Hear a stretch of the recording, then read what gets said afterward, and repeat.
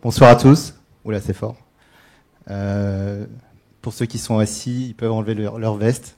Il y a quelques slides quand même. Donc, je suis très heureux d'être là parmi vous à Clermont. Je me sens profondément clermontois et auvergnat. Donc, c'est un plaisir de partager l'histoire de Sticky Ads et puis de l'expérience qui, j'espère, peut vous inspirer et créer d'autres nouvelles startups, mais en Auvergne cette fois. Parce que nous, on était basés à Paris. Donc voilà, donc tout a commencé en 2009 avec l'investiture de Barack Obama pour Sticky Ads. Donc l'histoire est vraie, hein, avec mon associé dont je parlerai un peu plus tard. On cherchait une idée de business, on voulait monter une boîte ensemble, mais on ne savait pas trop quoi. Et il y a eu l'investiture de Barack Obama, qui a été le premier événement mondial plus diffusé sur le web, enfin plus qu'à la télé en fait, traditionnelle. Et on s'est dit, doit y avoir quelque chose, notamment sur le business publicitaire, et on va s'y intéresser. Donc ça a été le début de l'aventure Sticky Ads.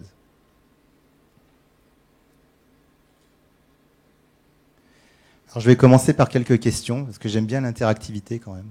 Donc qui s'intéresse aux startups dans cette salle, vous pouvez lever la main. J'imagine tout le monde, magnifique. Qui envisage de créer sa startup? Donc pas mal de monde quand même, hein. Un petit 20% de la salle. La troisième question, quels sont les start-upers que vous connaissez ou admirez? Oui, ça va être gênant, donc on va pas me citer, ce sera mieux comme ça. Est-ce qu'il y a des noms qui vous viennent à l'esprit et que vous pouvez jeter comme ça, des start-upers connus? Fred Mazzella, tout à fait. Super entrepreneur. Super sympa. Fred Montagnon. Pardon? D'accord, ouais. Belle boîte aussi. Hein.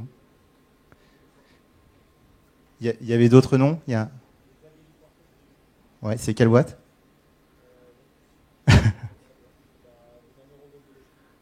D'accord. En fait, je vais enchaîner avec une dernière question en intro. Donc, quelles sont les success stories françaises que vous pouvez citer donc, parmi les startups françaises? Blablacar, très bien. Talend, ouais. Qui d'autre? Marmiton, ouais. C'est connu, ouais. Criteo, tout à fait. Donc si je vous pose toutes ces questions, c'est parce que j'aimerais un petit peu tirer le focus sur de quoi on parle en fait quand on parle de success story en France. Là, vous avez une liste de boîtes françaises, des startups françaises, qui ont un point commun. Elles appartiennent à ce qu'on appelle le club des 100. Donc on est très content qu'il y ait Sticky Ads dans la liste. Là. Mais il y a effectivement Blablacar, Criteo, Talend qui ont été cités. Voilà, pas mal d'autres boîtes que vous connaissez plus ou moins parce qu'il y a du B2B et du B2C. Donc le point commun de ces sociétés, c'est qu'elles appartiennent au club 100, en fait, au club des 100, ce qu'on appelle. C'est qu'elles ont été soit revendues plus de 100 millions d'euros ou de dollars, c'est à peu près la même chose aujourd'hui. Il y en a à peu près une vingtaine dans cette liste. Soit elles ont fait des levées de fonds qui leur ont permis d'être valorisées plus de 100 millions. Donc ça a été le cas notamment de Blablacar. Voilà, donc on inclut aussi dans la première catégorie des 20 celles qui sont en bourse comme Criteo et qui pèsent bien plus que 100 millions. Et donc effectivement, Sticky Ads fait partie de cette liste. Et l'objet, c'est pas de se congratuler, c'est plutôt de se dire qu'il y a 32 sociétés aujourd'hui depuis 2004 qui pèsent plus de 100 millions et qui ont été créées en France. Et moi, si je suis là, ici, en Auvergne, à vous parler, c'est que j'aimerais qu'il y en ait plus qui sortent en France. Et je voudrais aider à ça. Et je voudrais, si possible, en voir une ou plusieurs qui sortent d'Auvergne. Donc, on va voir si j'arrive à partager mon expérience. On se donne rendez-vous dans quelques années pour voir qui a réussi à faire la même chose et à rentrer dans la liste. Donc, pour ça, quelle est ma crédibilité? Donc, voilà, je pense que je ne peux pas dire que j'ai tout fait, certainement pas, mais ce que je peux dire, c'est que je sais comment démarrer une start-up, je sais comment la financer, et je sais comment la vendre. Donc c'est un triptyque que j'appelle entrée, plat, dessert, si on était cuisinier. On n'est pas cuisinier, mais en gros, c'est démarrer, alimenter sa startup, ce qu'on appelle une scale-up, et puis la céder. Et bien sûr, tout ça, donc c'était avec la petite note qui est en bas, avec je vais partager avec vous les hauts et les bas de la startup, en tout cas ceux qu'on a connus, les motivations du start-upper, et puis les clés du succès et les causes d'échec. Ouais, je fais partie de ceux qui pensent que pour réussir, il faut toujours envisager l'échec. Donc la première partie, c'est la start-up. Donc comment on démarre? Donc j'en ai parlé. J'ai vu qu'il y avait une start-up là, qui traitait de comment s'associer. Effectivement, c'est la première étape, comment bien s'associer, et c'est extrêmement important. On y reviendra sur les causes d'échec, mais l'une des premières causes de fail d'une start-up, c'est la mauvaise association. Moi, j'ai eu la chance de bien m'associer avec Hervé Brunet. Et pourquoi je pense que c'est une bonne association? Et je le pensais même avant de céder la société, parce qu'en fait, on partage les mêmes valeurs, bien sûr, mais surtout, on est aligné sur deux choses qui font le succès d'une association, à mon avis. Une chose qui n'est pas très sexy, qu'on appelle l'alignement patrimonial. Donc ça, c'est les fonds qui nous l'ont dit. Ça fonctionne quand vous avez 2 fondateurs ou 3 fondateurs qui ont le même patrimoine, en fait. Puisque voilà, une start-up, c'est aussi un jour pour imaginer qu'on la revend. C'est important d'être aligné patrimonialement. Pourquoi? Parce que le jour où on se pose la question de la revendre ou de la financer, c'est bien d'être aligné sur ce thème-là, qui est, voilà, est-ce que c'est aussi intéressant pour l'un comme pour l'autre de céder sa boîte? Voilà, céder sa boîte, ce n'est pas sale, donc je vais en parler aussi. Le deuxième élément, c'est que, comme vous le voyez dans l'expérience qu'on a eue, on a travaillé ensemble avec Hervé, et c'est important d'avoir une expérience professionnelle, je pense, avec son associé avant de monter sa boîte, soit en tant que partenaire, soit en tant que relation client-fournisseur, voilà, ou autre, mais en tout cas dans un cadre professionnel. Donc, non pas qu'il ne faille pas confondre amitié et associé. Je ne saurais pas parler de ce thème, pour être très honnête. Moi, je suis peut-être idéaliste, mais je rêverais un jour de monter une boîte avec mes amis ou mes copains et qu'on arrive à réussir et devenir tous riches ensemble après. Mais je pense que ce n'est pas le but premier de créer sa start-up. Donc voilà, je ne vais pas parler des boîtes ni de l'expérience. On était dans les télécoms, donc c'est ce qu'on peut retenir, et on avait fait du business à l'international. Donc quand on s'est lancé dans l'aventure start-up, c'était notre première. On avait bossé plutôt dans des grands groupes et aussi chez Redback Networks, qui était ce qu'on peut considérer une start-up des télécoms dans les années 2000. C'est une petite boîte qui a été fondée dans la Silicon Valley et qui a été quand même rachetée 2 milliards de dollars par Ericsson, ce qui est la plus grosse acquisition du groupe Ericsson à date encore. Après, les différentes étapes du parcours de Sticky Ads. Donc ça ne s'est pas fait en une fois, mais ça a été relativement linéaire comme parcours. Il y a d'abord eu une première étape qui était une étape servicielle, une régie publicitaire. Nous, c'était spécialisé sur la vidéo. C'est une société qui va aller voir des sites web ou des médias, leur proposer un service qui est de vendre pour leur compte leurs espaces publicitaires. Et nous, quand on a créé Sticky Ads, il n'y avait personne, aucune société qui était spécialisée dans la vidéo. Cela dit, c'était que du service. Voilà, donc c'est-à-dire qu'il n'y avait pas de technologie particulière. Et donc, en étape 2, à partir de 2012, mais c'était quand même une étape qu'on avait imaginée dès le début, on s'est dit maintenant, il faut qu'on ait notre propre technologie pour pouvoir organiser la vente et notamment servir, donc diffuser les publicités vidéo, donc notamment les pré-rolls qui arrivent avant les contenus vidéo que vous pratiquez tous les jours. Je sais, c'est parfois désagréable, mais bon, c'est comme ça marche plutôt pas mal. En fait, c'est inspiré du modèle télé. C'est désagréable parce que sur le web, on n'avait pas l'habitude, mais en télé, tout le monde trouve ça normal. Et nous, ce qu'on visait, c'était surtout la télé, et j'y reviendrai après.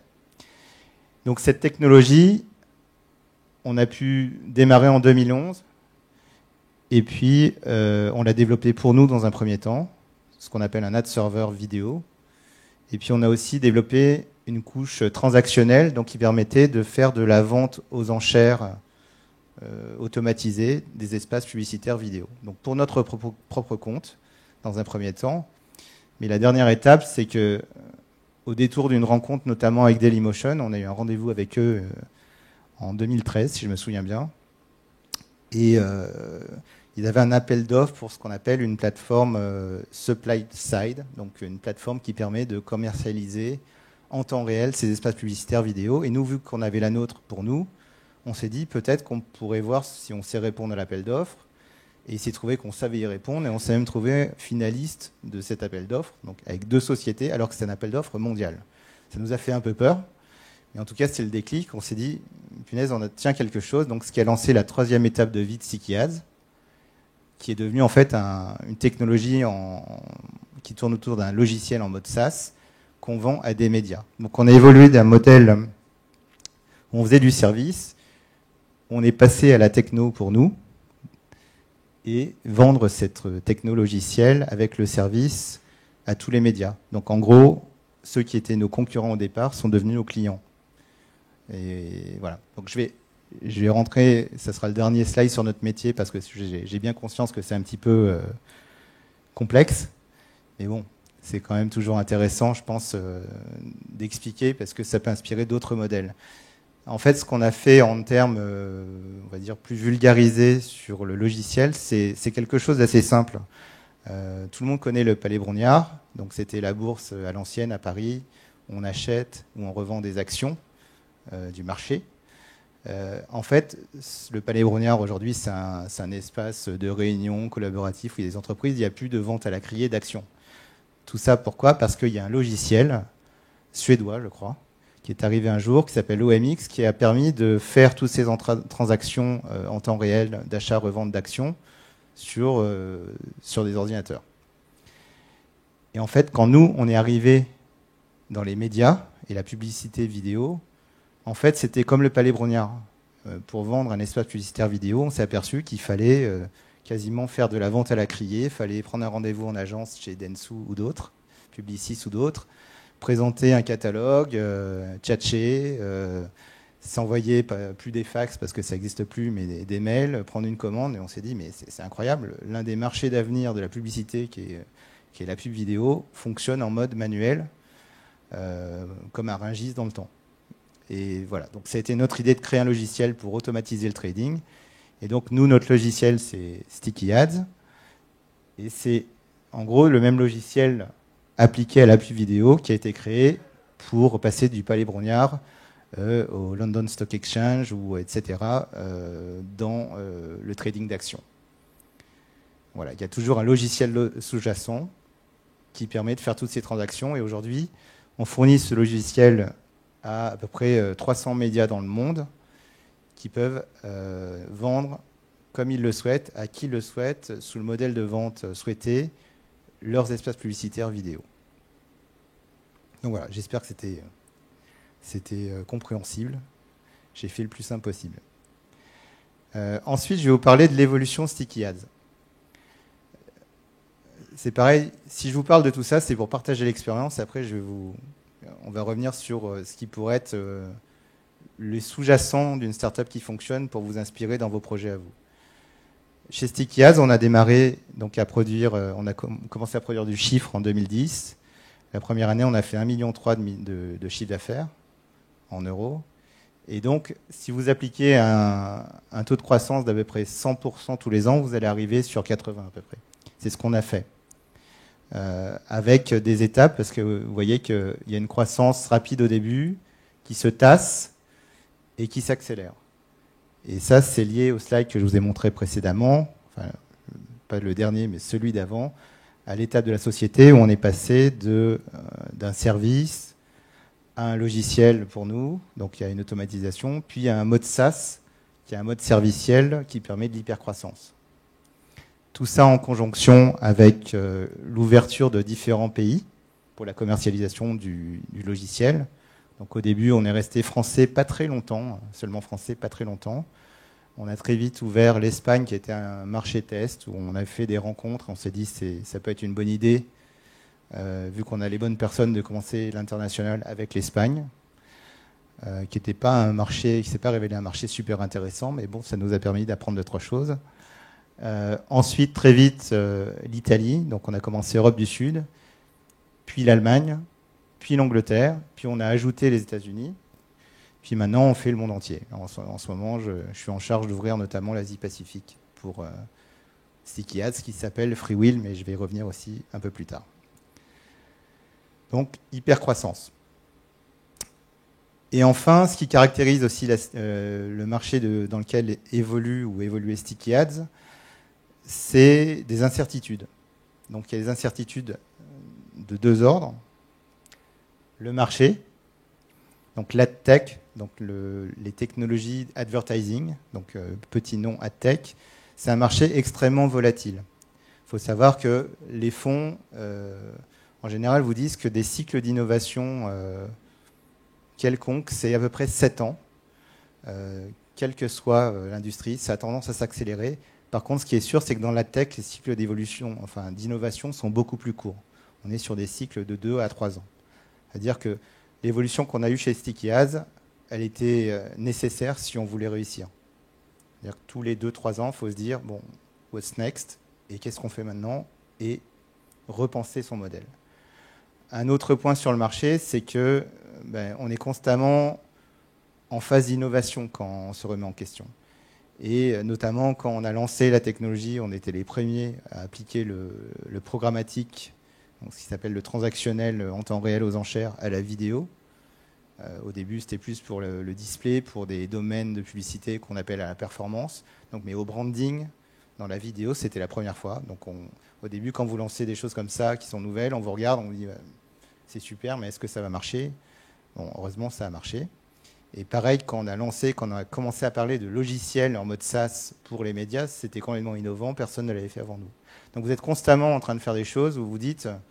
Punaise, c'est assez fou, on nage complètement dans l'inconnu, personne ne l'a fait avant. Donc ça, c'est une autre caractéristique du marché. Et une dernière caractéristique du marché, je vais arriver à le dire, c'est qu'il y a des géants contre lesquels on se bat ou on s'allie, donc comme Google ou Facebook, ça dépend des jours. Google est un très gros client de Sticky Ads et Freewheel, c'est aussi un concurrent plus large des chaînes télé, donc des clients et des médias qui utilisent la solution de Sticky Ads. Donc voilà, c'est pas facile de se battre contre des géants, mais c'est possible. Enfin, l'hypercroissance, j'en ai parlé, donc c'était la courbe d'avant, mais ça implique quoi comme incertitude? Je l'ai mis dans la catégorie incertitude parce que, en fait, ça implique d'avoir et de se poser constamment la question sur est-ce qu'on a la bonne équipe. Je vais prendre une analogie, je suis désolé, qui va parler peut-être un peu plus aux garçons qu'aux filles, mais voilà, je vais quand même me risquer. C'est comme dans le sport, si vous prenez le foot par exemple, vous avez besoin de certains profils de joueurs pour le niveau auquel vous jouez. Donc si vous jouez en Ligue 2 ou en Ligue 1, ou si vous jouez la Ligue des Champions, évidemment ça implique que vous avez des besoins différents en termes d'équipe, et gérer cela à vitesse grand V quand on est en mode hypercroissance, c'est assez difficile. Enfin, la dernière incertitude qui est liée à l'hypercroissance, c'est qu'on doit en général avoir à son board, à son conseil d'administration, des fonds qui permettent de financer la croissance. Je vais expliquer ça aussi après. Et il faut bien savoir choisir ces fonds-là. Donc c'est quelque chose qui est toujours incertain, parce que quand vous signez le term sheet avec les fonds qui arrivent dans votre startup, vous êtes content, vous avez un bon feeling, mais après, c'est quand les difficultés arrivent, quand il y a les questions un peu difficiles à traiter en board avec les fonds, que vous vous rendez compte si vous avez les bons investisseurs ou pas. Donc voilà, ça c'était le volet incertitude. Donc pourquoi j'ai couvert ces trois choses-là? Parce qu'à mon avis, et de l'avis aussi de spécialistes en start-up, qui parfois en parlent des start-up mais n'ont jamais fait de start-up, mais moi, je valide quand même qu'il y a toujours le caractère innovation. Donc, vous pouvez dire que vous avez une startup si vous êtes en disruption, vous faites des choses que personne n'a fait avant vous. Si vous avez de l'hypercroissance, c'est à partir de, voilà, en dessous de 50% de croissance annuelle en chiffre d'affaires, vous n'êtes pas en hypercroissance. Donc, ça ne veut pas dire que c'est mal, mais ça veut dire qu'il faut constamment vous poser la question sur votre modèle ou votre méthode. Et enfin, les incertitudes, c'est une caractéristique de la startup. Donc c'est quelqu'un qui veut fonder sa startup ou travailler en startup doit aimer l'incertitude. Donc c'est inconfortable. On ne sait jamais si on va être héros ou zéro le jour ou le lendemain, mais c'est une caractéristique de la startup et il faut être à l'aise avec ça si on veut réussir en startup. Donc tout ça implique des cycles de vie de société, des financements et un écosystème qui sont tous spécifiques et que je vais parcourir un petit peu avec vous en termes très vulgarisés, mais histoire de partager l'expérience de Sticky encore une fois. Donc on passe à la deuxième phase, donc là on est au plat, j'ai fait l'entrée, on passe au plat, la scale-up. Donc comment on fait pour grossir? Ça me permet d'aborder déjà comment on s'est financé chez Sticky. Chez Sticky, on n'a pas levé beaucoup d'argent. On a levé au total 5 millions d'euros. Et donc, il y a eu un peu de tout. Il y a eu de la love money, donc c'est-à-dire de l'argent que les fondateurs, donc moi et Hervé, on a amené, donc ce qui était une grosse somme. Donc ça, c'est un sujet qui m'intéresse particulièrement. Comment on fait si on n'a pas ces fonds-là pour monter sa start-up? Et à mon avis, c'est un vrai sujet pour avoir plus de start-up et pour favoriser les succès en France, en Auvergne, à Clermont. Et à Paris aussi. Ensuite, on a eu des prêts bancaires. Donc, les banques, les banques ne prennent pas de risques. Donc, si vous mettez 150, ils vont mettre 150. Et ils vont vous demander de vous porter caution, ce qu'on a fait. Pas avec plaisir, mais on l'a fait. Ensuite, on a amené 300 000 euros de business angel. Donc là, on est dans cette étape-là. Ça s'est arrivé assez vite, puisqu'on était en 2010. Je rappelle que la société a été créée décembre 2009. Donc les premiers angels sont arrivés avec les premières commandes, en fait, le premier chiffre d'affaires qu'on faisait chez Sticky Ads. On savait démontrer une première courbe de croissance, avec des histoires souvent sympas. Je me souviens d'Alexis, qui est un ancien de l'école, alors pas du programme Subdeco, mais d'un 3e cycle, qu'on avait connu avec Hervé parce qu'il est avocat sur Paris, et il nous a dit « Moi, je mets 100 000 euros chez vous ». Et moi, je me souviens très bien de lui dire, je dis « Alexis, on commence à se connaître bien, je sais que tu n'es pas millionnaire ni milliardaire, tu es sûr que tu veux mettre 100 000 euros chez nous? On n'a rien fait encore. » Il dit « Écoute, je suis sûr, j'ai confiance dans les hommes, donc dans vous, dans toi, Hervé et Hervé, et donc on va y aller comme ça. » Donc je suis très fier de dire qu'aujourd'hui, il ne regrette pas du tout cette décision, mais il aurait très bien pu les perdre. 2011, il y a eu le premier tour de VC, donc on verra avec qui. Donc premier fonds d'investissement qui rentre, première fois qu'on fait un conseil d'administration avec un board, avec un VC. Je vais y revenir. 2013, donc 2011, ça nous a permis de financer l'étape internalisation technologique, développement, équipe de dev, etc. Et 2013, deuxième tour de VC, donc avec un autre fonds. Quand une boîte fonctionne bien, c'est toujours des fonds différents qui viennent en lead sur les différents tours. Les fonds aiment bien dire qu'ils savent valoriser une société qu'une fois, et c'est vrai, parce que s'ils valorisent 2 fois, c'est qu'ils sont partie prenante, ils sont jugés partie la deuxième fois, puisqu'ils sont déjà actionnaires. Donc d'un côté, ils sont tiraillés par le fait qu'ils sont actionnaires et ils veulent que la boîte vaille beaucoup, soit valorisée très cher. S'ils remettent au pot et qu'ils sont lead, ils vont vouloir minimiser cette valorisation, et donc c'est un petit peu antinomique. Donc on aime bien dire qu'une boîte qui fonctionne bien, regardez quand il y a les levées de fonds qui sont annoncées, surtout les nouvelles levées de fonds pour des boîtes, une boîte qui ne va pas trop bien, elle va avoir les mêmes VC, les mêmes fonds d'investissement que dans les tours précédents, en général. Et tout ça, ça fait 5 millions. Donc ça veut dire que si on ajoute tout ça, 5 millions d'investis, et par rapport à la session donc, qui a été, donc j'ai pas le droit d'en parler, mais qui a été confirmée à plus de 100 millions d'euros en valorisation, ça fait un facteur de 20 fois. Et ce qu'on appelle, donc ça s'appelle la capital efficiency. Ça, c'est qu'on a été très très efficace sur le capital. On en est assez fiers parce que quand on a commencé à ouvrir les États-Unis, ça a été assez dur de se présenter en tant que Sticky Ads, parce que très vite les startups, on vous dit, super, vous avez levé combien d'argent? On dit 5, et là on vous rit au nez en fait, parce que 5 millions d'euros aux États-Unis, ça correspond à peine à un Series A, un Series A, Donc un premier tour de table de start-up qui démarre. Sauf qu'après qu'on ait cédé la société, je peux vous dire qu'il y a beaucoup d'Américains, en particulier certains qui montent leur start-up aux États-Unis, des Américains qui m'ont dit « Nous, on veut faire comme Sticky Ads ». Parce que vous avez une efficacité absolument incroyable. Je vais passer un petit peu de temps pour expliquer ça, parce que pour moi, ce n'était pas très clair quand j'ai commencé ma start-up. Donc je suis désolé, c'est un petit peu l'ABC du financement, mais je pense que c'est bien d'en parler aussi. C'est comment ça marche tout ça, les fonds. Je pense que dans l'écosystème parisien, tout le monde comprend comment on finance une start-up et les fonds. Je ne suis pas sûr qu'en région, ce soit si automatique de comprendre ça. Voilà, les fonds, quelle est leur mission en fait? Ils ont des investisseurs qui sont privés ou corporate, qui vont mettre de l'argent dans des véhicules monétaires, qui sont des FCPR ou des FCPI. Et leur mission, c'est d'investir dans des startups. Donc, ils mettent des tickets dans des startups de 1, 2, 3, 5, 10, 20 millions pour prendre une partie du capital de startup.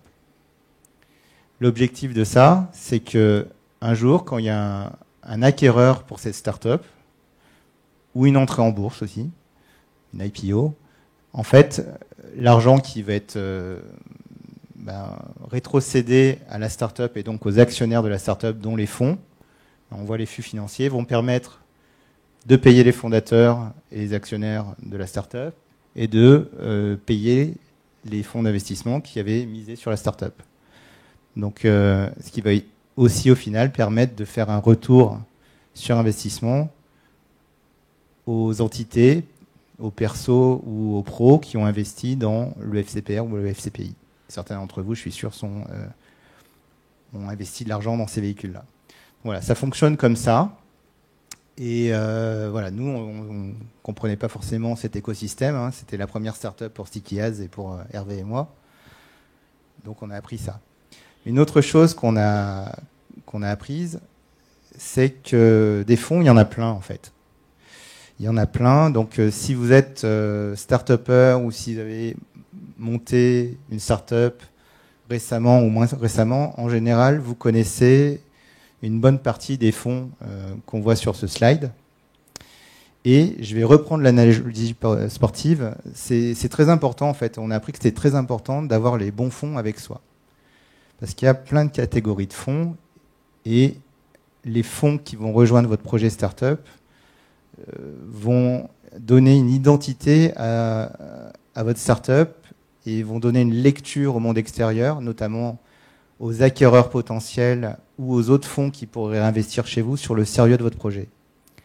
Et en gros, si vous avez des fonds qui appartiennent à cette catégorie-là, qui est un petit peu la Ligue 1 en France des fonds d'investissement de start-up, ben vous êtes considéré comme une start-up très sérieuse avec un gros potentiel de succès.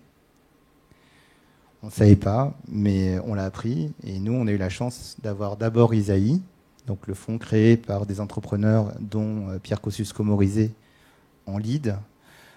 Et au deuxième tour, on a eu Ventech, donc qui est une start-up aussi assez connue en France. Donc Isaïe connu parce que le gros succès, c'est pas forcément Sticky Ads, même s'ils en sont très fiers. On est le premier succès de liquidité d'Isaïe, mais le plus gros succès, le plus connu, c'est BlaBlaCar, puisque c'est Isaïe qui a investi en premier chez BlaBlaCar, et Isaïe a été créé, le premier investissement d'Isaïe a été BlaBlaCar, en fait. Ventech sont également connus, ils ont réussi quelques belles opérations, notamment récemment la vente de WeThings à Nokia, et ils sont également un des investisseurs historiques chez Vestiaire Collective, que vous connaissez peut-être également. Donc voilà, c'était l'épisode « Comment choisir son fonds ». Parfois, on n'a pas le choix, hein, mais parfois, on a le choix. Les fonds de capital risque. Qu'est-ce qu'ils aiment, qu'est-ce qu'ils n'aiment pas? C'est pareil, c'est un partage d'expérience. On a remarqué que ce qu'ils aiment, c'est apprendre et comprendre. Dans les fonds de capital risque, je vais leur faire plaisir s'il y en a dans la salle. Il y a des gens extrêmement intelligents qui ont des processeurs cérébraux absolument incroyables. Ils comprennent tout très vite. Il y a une seule chose qu'en général ils savent, c'est qu'ils ne savent pas faire ce que font les entrepreneurs. Donc ils aiment bien comprendre, apprendre, Et moi, je me souviens des fonds. Donc Ventech nous disait souvent qu'à chaque board, donc toutes les 6 semaines, ils étaient très contents de venir au board parce qu'ils apprenaient des choses, soit sur la technologie, soit sur le marché. Et ça faisait partie de l'expérience du fonds et ce qu'ils aiment bien. Ils aiment bien participer, bien sûr, aux décisions, à la vie de la société. C'est important de les impliquer, parce que c'est pareil, gérer sa gouvernance, donc ses actionnaires et ceux qui prennent les décisions extrêmement importantes dans le succès d'une start-up, je pense. Ça veut dire quoi? Ça veut dire que quand vous recrutez un patron de pays, quand vous ouvrez l'Allemagne, l'Angleterre, etc., il peut être de bon ton, nous en tout cas on l'a fait, de faire passer des entretiens aussi avec les fonds pour voir ce qu'ils en pensent. Et donc ça leur permet de participer à l'aventure aussi également. Et enfin, chose un peu terre à terre, les VC en général, ce qu'ils attendent, c'est de faire à minima 2x, donc 2 fois leur investissement chez vous. Bon, s'ils font 2 fois, si c'est en 6 mois, ils seront très contents. S'ils le font en 2 ans, voilà, ils seront ni contents ni pas contents. S'ils le font en 5 ans, voilà, ça sera OK, mais ça sera pas forcément une histoire qu'ils raconteront dans les dîners ou dans les conférences comme celle-ci. Qu'est-ce qu'ils n'aiment pas? Ils n'aiment pas les surprises. Donc on a appris que les fonds d'investissement, en particulier dans les boards, il y a une certaine manière pour les gérer, et je pense que c'est tout le temps vrai. C'est-à-dire que les vraies décisions ne se prennent pas durant les 2 heures que va durer votre board, se prennent avant en fait. Donc ça s'appelle le governance management. C'est appeler vos fonds, les tenir régulièrement informés, pas forcément attendre qu'ils vous appellent et qu'ils vous posent des questions, mais être proactif pour les abreuver d'informations pour que quand au board qui va officialiser de façon juridique les décisions prises pour la société, ouvrir un nouveau pays, ou etc., pour qu'on soit tous alignés, les fondateurs, les actionnaires et donc les VC. Pas de surprise. Ils n'aiment pas le risque. Donc c'est assez paradoxal parce qu'ils s'appellent fonds de capital risque, mais ils n'aiment pas le risque. Donc ça, il faut le savoir. En général, si vous avez un plan où vous faites tapis, vous voulez ouvrir les États-Unis, vous levez 5 millions et vous dites on va mettre 4 millions 9 pour les États-Unis, et toutes les équipes partent là-bas, ils vont énormément se méfier. Ils vont se dire oula, grosse prise du risque. Et ça, les fonds n'aiment pas ça non plus. Donc c'est assez paradoxal, mais on aimait bien en plaisanter de temps en temps avec Hervé. Les fonds de capital risque, ça n'aime pas le risque. Il faut le savoir. Enfin, je vais reprendre une analogie qui est de Fred Mazzella, en fait. Donc, je vais lui donner le crédit. Il avait dit un truc qui était vraiment très, très vrai. C'est que les fonds, ça n'aime pas la maison, ils n'aiment pas la maison, ils n'aiment pas le désordre. Ils n'aiment pas la maison en désordre. Et en gros, si un fonds d'investissement vous dit à vous, fondateurs, qu'il faut ranger votre chambre, il faut le faire. Donc ça, c'est une des choses que j'ai mis dans la catégorie « j'aime pas », parce qu'ils n'aiment pas le désordre. Donc les fonds, il faut toujours les écouter. On ne le regrette pas à la fin, en général. Qu'est-ce qu'ils apportent des fonds? En général, ils apportent bien plus que l'argent. Donc pour nous, qu'est-ce que ça a été? Qu'est-ce que Isaïe et Ventech ont pu amener? Quand on a commencé en 2011 à faire notre premier roadshow pour notre première levée de fonds, Isaïe, on les a vus très vite et ils nous ont dit il vous faut une techno et si vous voulez un CTO, moi j'en connais un. C'était une étape déterminante parce que Antoine Bonavita, donc, qui nous a rejoint, qui est à Montpellier, s'est avéré un facteur de succès incroyable pour l'aventure Sticky Ads. Les fonds ont aussi amené la mise en place d'un board, donc un conseil d'administration en français, avec des administrateurs qu'on a pu choisir, mais qui ont amené aussi beaucoup d'expérience. Donc, on a choisi, nous, Jean-Claude Boulet, qui est un des fondateurs de BDDP. Donc, les plus jeunes ne connaîtront pas, mais c'est une agence de com, de pub, assez connue. Jean-Claude, c'est un vieux monsieur, mais qui a une patate absolument dingue et qui nous a énormément aidé aussi à gérer nos boards parce qu'il avait une expérience de fondateur de société avec beaucoup de bouteilles. Et Cyril Vermeulen. Alors on parle souvent d'Anne-Sophie Pastel comme fondatrice d'Au Féminin avec son mari, mais en fait ils étaient 3. Et Cyril c'était le 3e, donc plus la partie techno de Au Féminin. Et donc Cyril, c'était aussi très précieux de l'avoir à notre board. et de pouvoir prendre des décisions avec lui. Donc des entrepreneurs qui ont été amenés par ces levées de fonds. Les levées de fonds et les VC, ça permet aussi de faciliter les nouveaux tours de table. Nous, on n'a jamais pris de lever chez Sticky Ads. Lever, c'est un truc assez français, apparemment.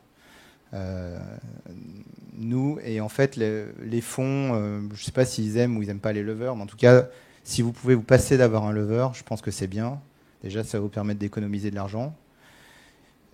Notamment parce que le plus dur, c'est d'avoir la première levée de fonds. Parce qu'après, le premier fonds, qui pour nous était Isaïe, le jour où vous devez relever, il est de votre côté. Et donc, il va vous filer son carnet d'adresse avec tous les fonds qui sont susceptibles de faire partie du deuxième tour.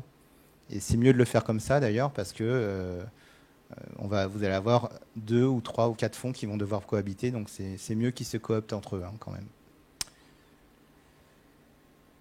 Bien sûr, un accompagnement lors de la vente. Donc ça, c'est une étape assez difficile, je vais y revenir. Mais les fonds amènent ça. Ils ne sont pas beaucoup de fonds, comme vous avez vu, parce que par les chiffres, on n'est que 20 sociétés à être allées en IPO ou à avoir été cédées à des gros montants ces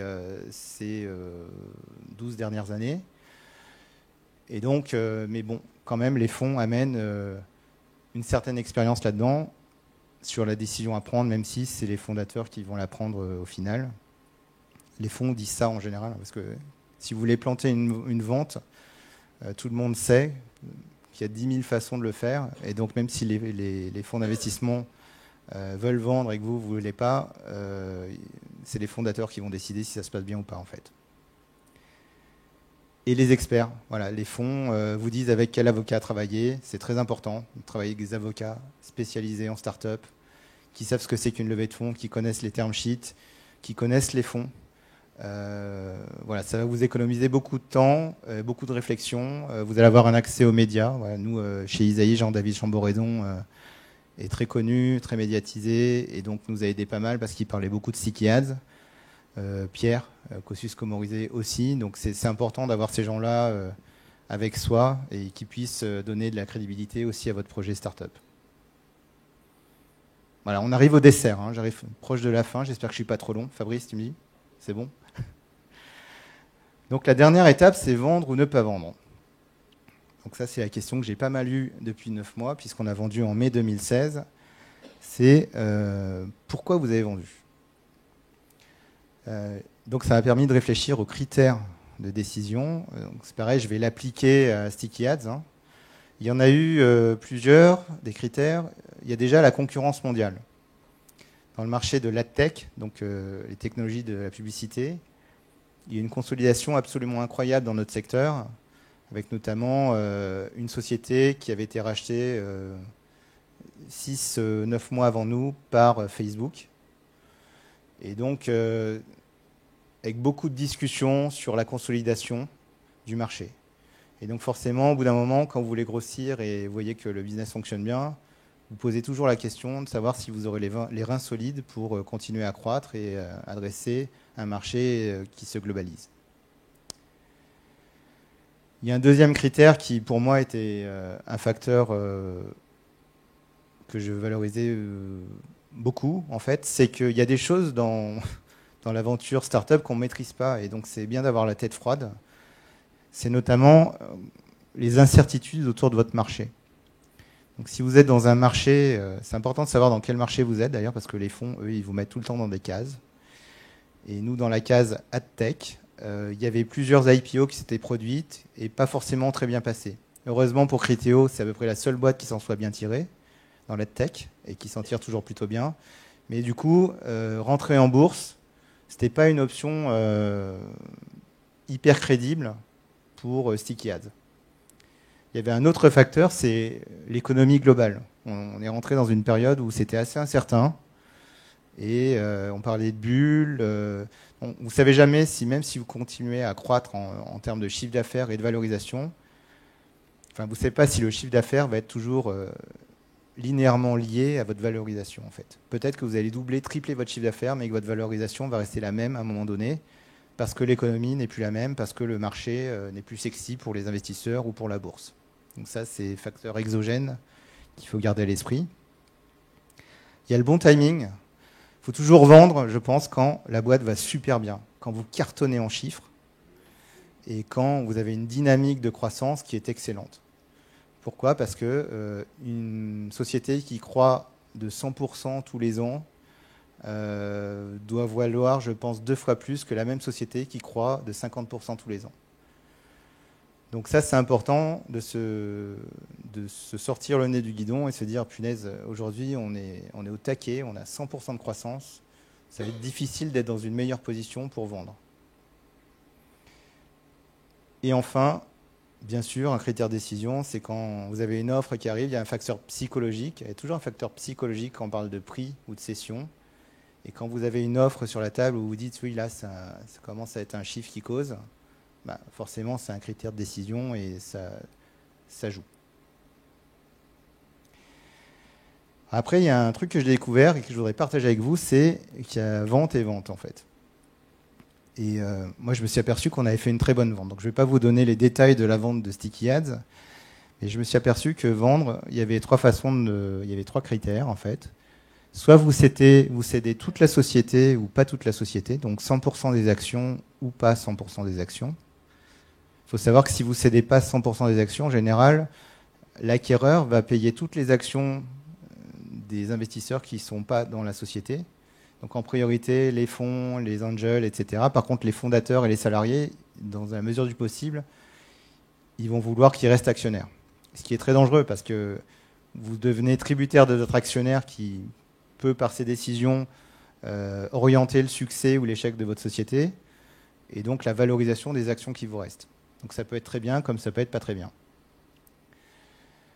Un deuxième paramètre, c'est qu'il y a deux façons de payer une acquisition. Soit c'est en cash, soit c'est en papier. Donc ça peut être en action. Voilà, quand c'est en action, ben, vous avez intérêt d'être sûr que l'action avec laquelle on vous paye aura de la valeur demain, après-demain. Et il y a plusieurs histoires dans le web français, notamment dans les années 2000, où ça s'est plutôt pas très bien passé. Donc je pense que si certains connaissent Marc Simoncini, le fondateur de Mythic, vous pourriez lui en parler. Pas pour Mythic, mais pour l'aventure d'avant, je crois, e-France, où il était beaucoup payé en actions, qui valait plus grand-chose au bout d'un moment. Et enfin, le dernier point, c'est la rétention ou pas des fondateurs. Là, ici, il y a les 5 fondateurs, donc les 2 de Sticky Ads et les 3 de Freewill, la société de Comcast qui nous a racheté. Et effectivement, on est resté à bord. C'est pas forcément quelque chose que vous choisissez, donc c'est pas le vendeur qui choisit, mais bon voilà, nous c'était comme ça. Donc évidemment, le monde idéal, c'est cession totale, tout en cash, et vous pouvez partir le lendemain de l'acquisition. Mais en général, c'est très rarement comme ça que ça se passe. Donc c'est pour ça notamment que moi je continue de travailler chez Freewill. Sticky Ads est passé sous la marque Freewill. On a proposé l'abandon de la marque Sticky Ads. On était en B2B et on nous a demandé de créer une société où on travaille tous ensemble. Donc on a surpris nos acquéreurs. On leur a dit nous on va arrêter cette marque et on va prendre cette marque Freewill qu'on va emmener au top. Donc aujourd'hui, c'est pour ça que si vous regardez mon LinkedIn ou mes cartes de visite, je suis un salarié de Freewill. Voilà. Je redécouvre le monde du salariat. Les hauts et les bas. Je vous avais dit que je partagerais aussi le retour d'expérience sur ce dont on est le plus fier et ce qui était le plus difficile dans l'aventure Sticky Ads. Bien sûr, les fiertés, c'est le devoir accompli. Quand vous vendez votre startup, vous avez l'impression que vous avez bouclé la boucle. Parce qu'il y a eu beaucoup de risques de prix, personnels, familiaux, des investisseurs qui ont cru en vous, qui ont mis de l'argent, un peu, beaucoup. Quand vous vendez et que vous rendez l'argent et que vous avez des angels qui vous disent « Ah oui, donc c'est pas 70 000 que j'ai gagné, c'est 700 000 », voilà, c'est une petite fierté quand même. Donc ça, c'est une vraie bonne sensation, une vraie grosse fierté. La reconnaissance, le deuxième et le troisième point, je vais les mettre ensemble. On a eu la chance de gagner le prix de la start-up de l'année en 2015. C'est un prix qui est organisé par EY dans le cadre de l'entrepreneur de l'année. Et bon, en soi, je suis pas fier du prix en lui-même, mais je suis fier d'une chose, c'est qu'on a eu la reconnaissance de nos pairs, en fait. puisque en général le jury de en tout cas le jury de la start-up de l'année, c'était des entrepreneurs, start-upers de renom, et on était très fiers, qui reconnaissent une boîte qui était en B2B. Moi, je m'attendais absolument pas à ce qu'on ait le prix, et donc ça, c'est une grosse fierté également. Bien sûr, une énorme fierté, c'est la réalisation des talents. Quand vous êtes une start-up, vous embauchez des personnes, vous avez besoin d'un Chief Marketing Officer, mais vous ne pouvez pas vous le payer. Donc, par contre, vous pouvez vous payer peut-être une directrice marketing qui va devenir très bien parce que vous allez la former, et dont le profil va s'épaissir, comme on dit. C'est pas très sexy, mais c'est comme ça qu'on dit. Et le fait de réaliser des talents dans une aventure start-up, et là, le cas que j'ai pris, la directrice marketing est une vraie fierté. Ça, c'est quelque chose en général qui va vous donner beaucoup de fierté. C'est important de lister tout ça parce que l'aventure start-up, et là, je vais parcourir les moments les plus difficiles, c'est très dur. Les entrepreneurs peuvent vous le dire. Et donc, c'est important de savoir savourer ces moments-là quand vous avez la chance qu'ils se réalisent chez vous. Les plus difficiles, je pense que l'étape 1, l'année 1, gagner ses premiers clients, avoir ses premiers investisseurs, c'est le plus dur. C'est le plus dur parce que vous avez l'impression que vous tournez au ralenti et que le monde tourne en accéléré autour de vous.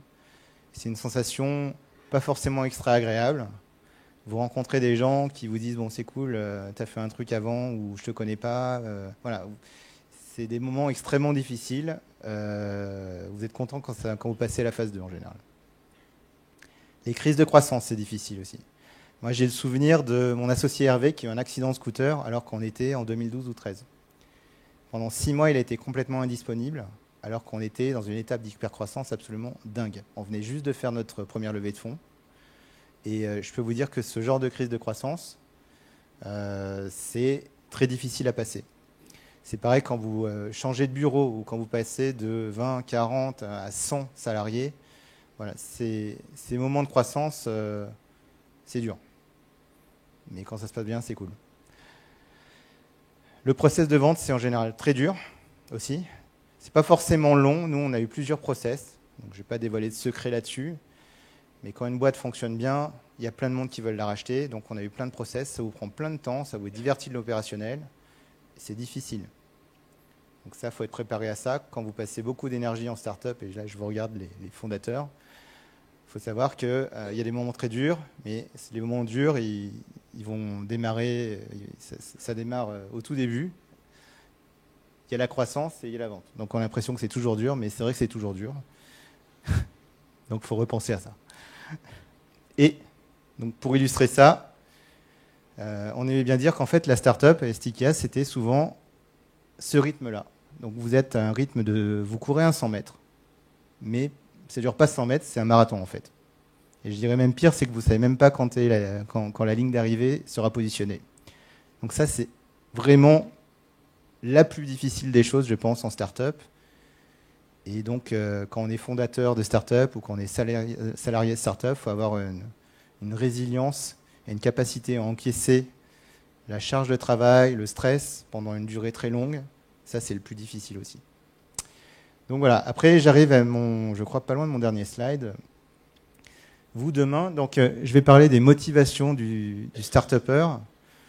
C'est pas long. Voilà, donc il y avait 20% dans la salle à peu près de personnes qui disaient qui ont monté ou qui vont monter leur projet de start-up. C'est important d'avoir les bonnes motivations pour réussir. Si c'est pour l'argent, il faut arrêter tout de suite. Ça ne va pas marcher. Je pense que tous les fondateurs, tous les start-upers qui ont réussi, ils ont toujours dit, et c'était vrai pour nous, qu'on pense jamais au jour où on vend. On pense jamais qu'on le fait pour l'argent, parce que si vous le faites pour l'argent, vous ne prendrez pas de plaisir, je pense. Il faut vraiment aussi que vous n'ayez pas peur de mettre les mains, je vais ajouter un mot, vraiment dans le cambouis. Quand on est fondateur de start-up, si on n'est pas prêt à se salir les mains, à faire tous les petits boulots un par un pour un jour, quand on recrute quelqu'un pour faire ces petits boulots, voilà, que ce soit la compta, gérer des campagnes, dans notre cas, sur l'ad server, donc ça s'appelle du trafficking. Si vous ne faites pas tous les petits métiers, ça va être quand même difficile un jour d'embaucher quelqu'un et d'être crédible, à lui dire voilà ce que tu vas faire si vous ne l'avez pas fait. Donc voilà, faut être conscient de ça. Si vous voulez apprendre à grande vitesse, donc en accéléré, par contre, la startup, ça c'est très bien, parce qu'on apprend tous les jours et constamment. Et si vous voulez rester jeune, l'âge moyen du start-upper, il n'y a pas longtemps, il y a une étude de EY qui a été faite, c'est 39 ans. Hein. Et donc ça veut dire que travailler en start-up, c'est aussi un moyen de rester jeune. Donc, ça ne veut pas forcément un trait à l'âge que vous avez ou l'âge de vos collaborateurs, c'est un trait à l'économie dans laquelle vous vivez. C'est la nouvelle économie, c'est un nouveau mode de management, un nouveau mode de communication. Et ça permet de rester jeune et actuel. Et c'est cool. Les causes de fail, on arrive à la fin. En général, pourquoi une startup ne réussit pas? Moi, je rencontre pas mal de start-upers et qu'ils soient un ou deux, j'ai souvent l'impression que quand ça marche pas, c'est qu'ils sont très seuls, isolés. Donc là, je salue l'initiative Bivouac. Je connais pas très bien le bivouac, mais je découvre. En tout cas, ce qui est important, c'est d'être ensemble et de partager avec d'autres start-upers et dans un écosystème qui vous supporte l'aventure start-up. C'est un facteur clé de succès, ça c'est sûr. Les fondateurs en désaccord. Alors en général, quand vous demandez au fond de quels sont leurs plus mauvais souvenirs, c'est en général ils vont vous dire on a eu une start-up qui a foiré parce que les fondateurs se sont engueulés au bout d'1 an, 2 ans, 3 ans, 4 ans, 5 ans. Voilà, vous savez pas, des fois un jour ça vient et ça c'est un gros facteur de fail aussi de start-up. Le marché est trop petit. Donc pourquoi les fonds aiment les cases? Parce qu'ils savent une case c'est un marché. Donc si vous avez une start-up, vous ne savez pas identifier les boîtes qui sont concurrentes, vous n'avez pas de marché. Donc c'est bien d'avoir des concurrents. Si vous ne savez pas vraiment si vous êtes dans le medtech ou dans les sciences de la vie ou dans le truc, c'est pas très bien parce que vous allez être un projet atypique. Les fonds ne vont pas savoir dire quelle est la taille de votre marché. Donc le marché doit être assez grand pour réussir. Nous, Sticky on traite plus de 10 milliards de requêtes publicitaires vidéo par jour. Donc je vais redire le chiffre parce que c'est assez énorme. Ça donne l'idée de ce que c'est que la tech chez Sticky 10 milliards de requêtes publicitaires par jour. Donc je pense que le marché, quand on regarde la population mondiale sur Terre, enfin la population mondiale, permet d'appréhender que voilà, la pub vidéo, ça touche tout le monde. Enfin, ça on avait parlé avec Fabrice. Quand on est fondateur d'une start-up, moi je pense qu'il faut savoir vraiment, il faut être très bon dans la conviction. Il faut savoir vendre. Donc vendre, c'est un mot un petit peu désuet. Je me souviens déjà quand j'ai fait l'école de commerce il y a 20 ans, on me disait il y a des cours de vente. Donc c'est vrai que ça fait pas très sexy d'aller en cours de vente. Cela dit, en start-up, il faut savoir vendre tout le temps. Il faut savoir vendre 3 fois à ses premiers investisseurs, à ses premiers clients, à ses premières recrues. Il ne faut pas déséquilibrer ce mix. Parfois, je vois des fondateurs me disent on a gagné tel prix de start-up et tel prix et tel prix. Je dis c'est cool, mais c'est qui vos clients et vous vendez à qui en ce moment? Ah ouais, non, mais ça vient, on est en train d'y réfléchir. Ne soyez pas des bêtes de concours. Ce qui compte, c'est de vendre à ces gens-là. C'est pas de gagner des prix. Même si vous en serez fiers des prix, c'est pas ce qui va vous permettre de devenir une start-up à succès.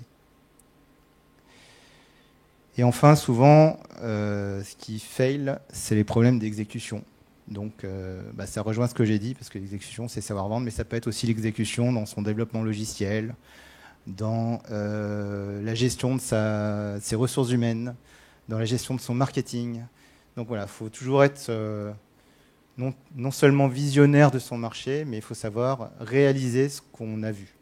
Et donc ça s'appelle l'exécution. Voilà, tout ça pour dire que la start-up, c'est aussi, ça c'est quelque chose de très très dur à dire à un start-upper qui foire. C'est pas fait pour tout le monde en fait. Donc, et c'est pas grave.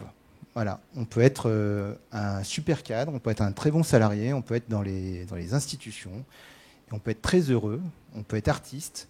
On n'a pas besoin d'être start-upper pour réaliser sa vie.